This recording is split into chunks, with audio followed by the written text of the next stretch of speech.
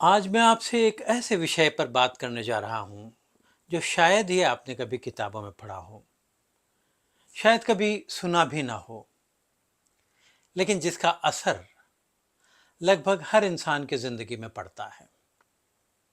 यह विषय है अटैचमेंट थियरी, यानी आसक्ति सिद्धांत। जरा एक पल के लिए अपने बचपन में लौटिए। जब आपको कभी चोट लगती थी तो आप सबसे पहले किसको ढूंढते थे? जब आप डर जाते थे तो किसकी गोद में जाकर सुकून मिलता था? जब आप खुश होते थे तो सबसे पहले किसे अपनी खुशी सुनाना चाहते थे? शायद माँ, शायद पिता, शायद दादी, या शायद कोई और जिसने आपको सुरक्षा और अपनापन दिया हो। मनोविज्ञान कहता है कि इन्हीं शुरुआती रिश्तों की नींव पर हमारे भविष्य के रिश्तों की पूरी इमारत खड़ी है। इसी विचार को अटैचमेंट थियरी कहा जाता है। आखिर क्या है अटैचमेंट थियरी? सरल शब्दों में कहें तो अटैचमेंट थियरी ये बताती है कि बचपन में हमें जैसा प्यार, जैसी सुरक्षा, जैसा अपनापन और जैसा व्यवहार मिलता है, वैसा ही पैटर्न अक्सर बड़े होकर हमारे प्रेम संबंधों, हमारी दोस्ती और हमारे पारिवारिक रिश्तों में दिखाई देता है। बचपन का अनुभव हमारे मन में एक अनकहा विश्वास बना देता है। क्या दुनिया सुरक्षित है? क्या लोग मुझसे प्यार करेंगे? क्या मैं प्यार करने के योग्य हूं? क्या किसी पर भरोसा किया जा सकता है? इन सवालों के जवाब हम शब्दों से नहीं, बल्कि अपने अनुभवों से सीखते हैं। एक छोटा सा उदाहरण, कल्पना कीजिए दो बच्चे हैं, ए और बी। ए जब रोता है तो उसकी माँ उसे प्यार से गोद में उठा लेती है और उसे शांत करती है। उसे ये विश्वास दिलाती है कि मैं तुम्हारे साथ हूं। बी जब रोता है तो बार बार उसे अनदेखा कर दिया जाता है। कभी कभी डांट भी पड़ती है, कभी उसे अकेला छोड़ दिया जाता है। दोनों बच्चों के मन में दुनिया की तस्वीर अलग अलग बनती है। पहले बच्चे के मन में विश्वास पैदा होता है, ए के मन में। बी के मन में असुरक्षा। और यही अंतर आगे चलकर उनके रिश्तों में भी दिखाई देता है, उनके दुनिया में रिश्तों में दिखाई देता है। आसक्ति की, अटैचमेंट की चार स्टाइल्स होती हैं, चार कैटेगरीज भी कह सकते हैं, होती हैं। पहली है सिक्योर अटैचमेंट, यानी सुरक्षित आसक्ति। ये अटैचमेंट सबसे, ये स्थिति, ये कैटेगरी सबसे स्वस्थ स्थिति मानी जाती है। ऐसे लोग भरोसा करना जानते हैं, वे प्यार भी कर सकते हैं और आजाद भी रह सकते हैं। अगर साथी कुछ समय व्यस्त है तो वे तुरंत घबराते नहीं हैं। उन्हें विश्वास होता है कि रिश्ता केवल एक फोन कॉल या एक संदेश पर निर्भर नहीं है। ऐसे लोग विवाद होने पर बात करके समाधान निकालने की कोशिश करते हैं। दूसरी कैटेगरी, दूसरी श्रेणी क्या है? एंग्शियस अटैचमेंट, यानी चिंतित आसक्ति। इसमें हमेशा बेचैनी बनी रहती है, कशिश।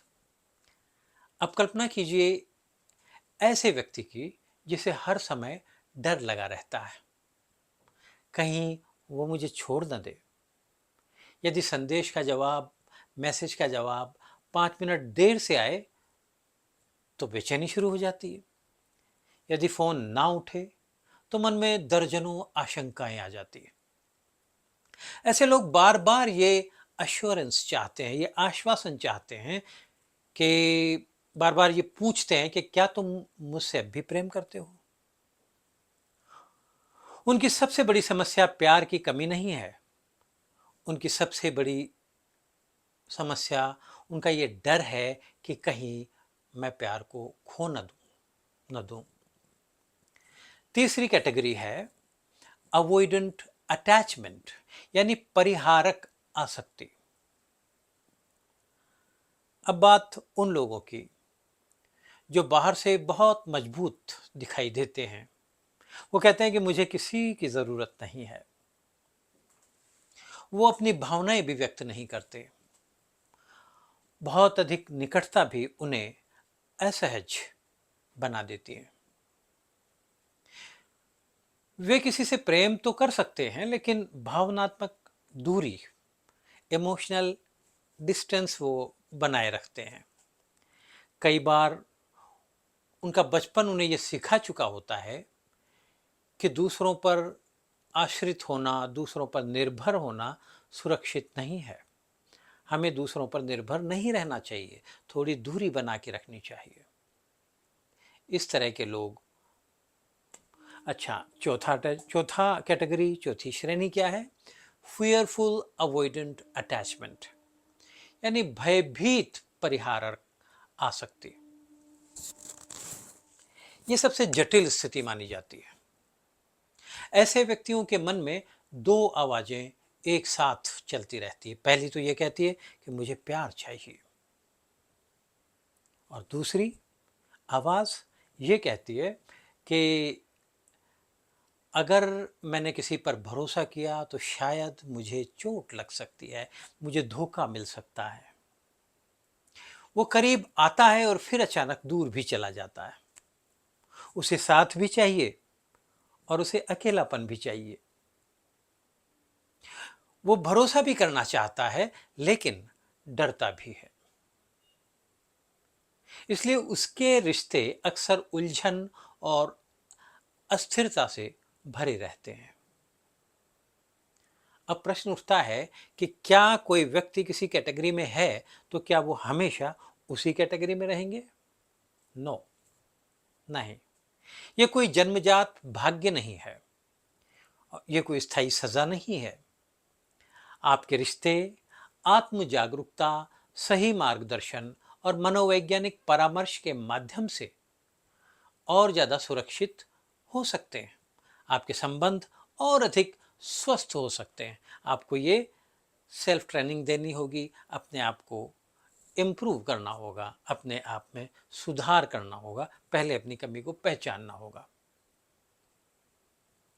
ये सब चीज़ें आपकी भावनात्मक दुनिया बदल सकती हैं और आपके रिश्तों में बड़ा बदलाव ला सकती हैं, अगर आप अपनी कमी को पहचानते हैं। यहाँ मैं माता पिता को भी और समाज को भी एक संदेश देना चाहता हूँ। बच्चों को केवल अच्छा स्कूल, अच्छे कपड़े और अच्छा भोजन ही नहीं चाहिए, उन्हें कुछ और भी चाहिए। उन्हें सुरक्षित वातावरण चाहिए, उन्हें बिना शर्त अपनापन चाहिए। वो चाहते हैं कि उन्हें ध्यान से सुना जाए, उन्हें सम्मान चाहिए, उन्हें ये भरोसा चाहिए कि कोई हमेशा उनके साथ खड़ा है। क्योंकि बचपन में बोया गया विश्वास ही बड़े होकर स्वस्थ रिश्तों का वृक्ष बनाता है।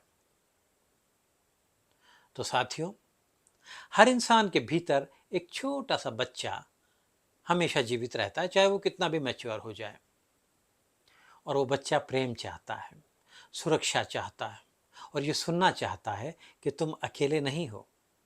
शायद इसलिए रिश्तों की सबसे बड़ी ताकत शब्दों में नहीं है, बल्कि उस एहसास में छिपी होती है जो कहता है कि मैं तुम्हें समझता हूँ, मैं तुम्हारा सम्मान करता हूँ, और चाहे परिस्थितियाँ कैसी भी हों, मैं तुम्हारे साथ ईमानदारी और संवेदनशीलता के साथ खड़ा रहूँगा।